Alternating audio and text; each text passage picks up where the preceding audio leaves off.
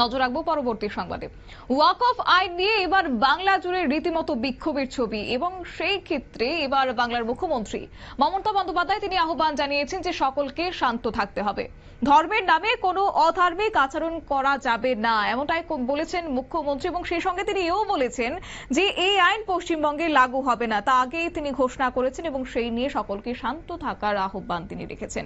বিস্তারিত জবাব আমাদের সঙ্গে যুক্ত হয়েছে রাজীব দত্ত, আমাদের প্রতিনিধি। রাজীব, কি বলবে? দেখো, প্রথমেই বলি যে ওয়াক অফ আইন নিয়ে জানি যে পশ্চিমবাংলার বিভিন্ন জায়গায় কিন্তু অশান্ত পরিবেশ, এবং সব থেকে বেশি খারাপ অবস্থা কিন্তু মুর্শিদাবাদের কয়েকটি জায়গায়, জঙ্গিপুর, সুতি, শামশেরগঞ্জ, ধুলিয়ান, এবং সেখানে আজও কিন্তু সেখানে পরিস্থিতি যথেষ্ট উত্তপ্ত। বেশ কিছু গাড়িতে আগুনও আজকে দেওয়া হয়েছে, এবং আজকেও কিন্তু পুলিশকে গুলি চালাতে হয়েছে। গতকালও পুলিশ গুলি চালিয়েছে, এবং আজকে যে পুলিশ বিএসএফ চালিয়েছে এবং তাতে আহত হয়েছে বলে আমরা খবর পাচ্ছি। এই অবস্থা দাঁড়িয়ে যে পরিস্থিতি নিয়ন্ত্রণের মধ্যে এখনো পর্যন্ত সেভাবে নেই। মুখ্যমন্ত্রী মমতা বন্দ্যোপাধ্যায় তিনি আজকে দুপুরে টুইট করে বার্তা যে বলেছেন সবাইকে আইনের শাসনে ফিরে আসতে বলেছেন, এবং সেই সঙ্গে তিনি পরিষ্কার করে জানিয়ে দিয়েছেন বাংলায় এই আইন, নতুন ওয়াকআপ আইন বলবৎ হবে না, তাহলে হিংসা কেন?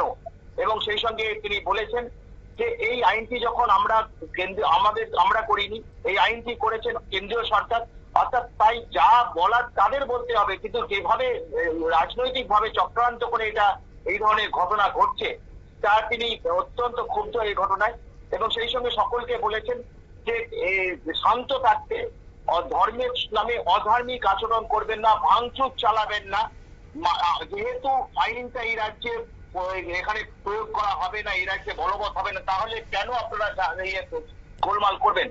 এবং তার সঙ্গে তিনি বলেছেন শান্তি ও সম্প্রীতি বজায় রাখুন। সেই সঙ্গে তিনি নাম না করে বলেছেন রাজনৈতিক ভাবে চক্রান্ত করে এই ধরনের ঘটনা হচ্ছে, ধর্মকে রাজনৈতিক হিসেবে ব্যবহার করা হচ্ছে, এই উস্কানি দেওয়া হচ্ছে, এবং যার ফলে এই ঘটনা ঘটছে। এবং সেই সঙ্গে তিনি বলেছেন যারা এই ঘটনা ঘটাচ্ছে তাদের কিন্তু বিরুদ্ধে, যারা উস্কানি দিচ্ছেন তাদের বিরুদ্ধে কঠোর শাস্তি দেওয়া হবে, এবং সেটা পুলিশকে নির্দেশও তিনি দিয়েছেন।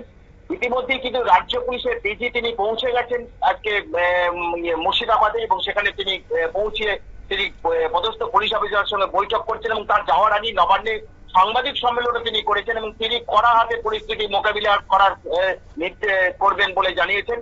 এবং তিনি বলেছেন যে গুন্ডামি করলে কঠোর ব্যবস্থা নেওয়া হবে, যারা গুজব ছড়াচ্ছেন, যারা এই ধরনের সন্ত্রাস করছেন তাদের কড়া হাতে মোকাবিলা করা হবে। এবং তিনি সেই মুখ্যমন্ত্রীর নির্দেশে কিন্তু তিনি ঘটনাস্থলে গেছেন পরিস্থিতি মোকাবিলায়। তবেও এখনো পর্যন্ত পরিস্থিতি শান্ত নয়, যদিও যে সমস্ত জায়গাগুলো উত্তেজনা রয়েছে সেখানে কিন্তু তোমার পুলিশ মোতায়েন করা হয়েছে, কারফিউ জারি করা হয়েছে, ইন্টারনেট পরিষেবা বন্ধ রাখা হয়েছে, তা সত্ত্বেও কিন্তু গোলমাল হচ্ছে। এবং যার ফলে কিন্তু আজকে কিন্তু ধুলিয়ানে সব থেকে বেশি গোলমাল হয়েছে, এবং সেখানে একটি প্রাইভেট হাসপাতাল পুড়িয়ে দেওয়া হয়েছে, এবং আক্রমণ করা হয়েছে ধুলিয়ান পৌরসভায়, এবং পুলিশে বিএসএফ কে আক্রমণ করা হয়েছে, এবং যার ফলে কিন্তু গুলি চালাতে হয়েছে। এখনো পর্যন্ত আজকে দুজন মৃত্যু হয়েছে, দুজন অন্য সম্প্রদায়ের মানুষ, তাদের কুপিয়ে খুন করা হয়েছে বলে অভিযোগ। আর গতকাল গুলিতে পুলিশেরই গুলিতে একজন ছাত্র, সপ্তম শ্রেণীর ছাত্র আহত হয়েছিল, তাকে আজকে কলকাতায় আনা হয়েছিল, তিনিও মারা গেছেন। ক্লাস 7 সেই সময় যখন সংঘর্ষ চলছিল সেই সময় বাজার করতে গেছিল। এখনো পরিস্থিতি উত্তেজনা, পরিস্থিতি নিয়ন্ত্রণে পুলিশ চেষ্টা করছে, এবং মুখ্যমন্ত্রী বলেছেন যে কোনো প্ররোচনায় পা দেবেন না, আর ধর্ম মানে হচ্ছে মানবিকতা এবং সভ্যতা ও সম্প্রীতি, সকলের শান্তি ও সম্প্রীতি বজায় রাখুন, এটাই আমার আবেদন। শতাব্দী, ধন্যবাদ। আপনারা শুনলেন, অর্থাৎ ওয়াক অফ আইনের বিরুদ্ধে এবার প্রতিবাদ জানিয়ে অশান্তি চলছে বাংলা জুড়ে। সব থেকে পরিস্থিতি খারাপ মুর্শিদাবাদে, যদিও সেক্ষেত্রে পরিস্থিতি নিয়ন্ত্রণে আনতে এবার মুখ্যমন্ত্রী মমতা বন্দ্যোপাধ্যায় তিনি জানিয়েছেন সকলে যেন শান্ত হন, এবং মুখ্যমন্ত্রী মমতা বন্দ্যোপাধ্যায় শনিবার এক বার্তায় এই আহ্বানটাই তিনি রেখেছেন। যদিও তিনি আগেই ঘোষণা করেছেন যে ওয়াক অফ আইন বাংলায় কার্যকরী হবে না, তবে তা সত্ত্বেও গোলমাল করা হচ্ছে বাংলার বিভিন্ন প্রান্তে। শনিবারও একই ছবি ধরা পড়েছে। যাই হোক, মুখ্যমন্ত্রী এবার আহ্বান রেখেছেন সকলের উদ্দেশ্যেই। নিয়ে নিচ্ছি ছোট্ট একটি বিজ্ঞাপন বিরতির সঙ্গে থাকুন।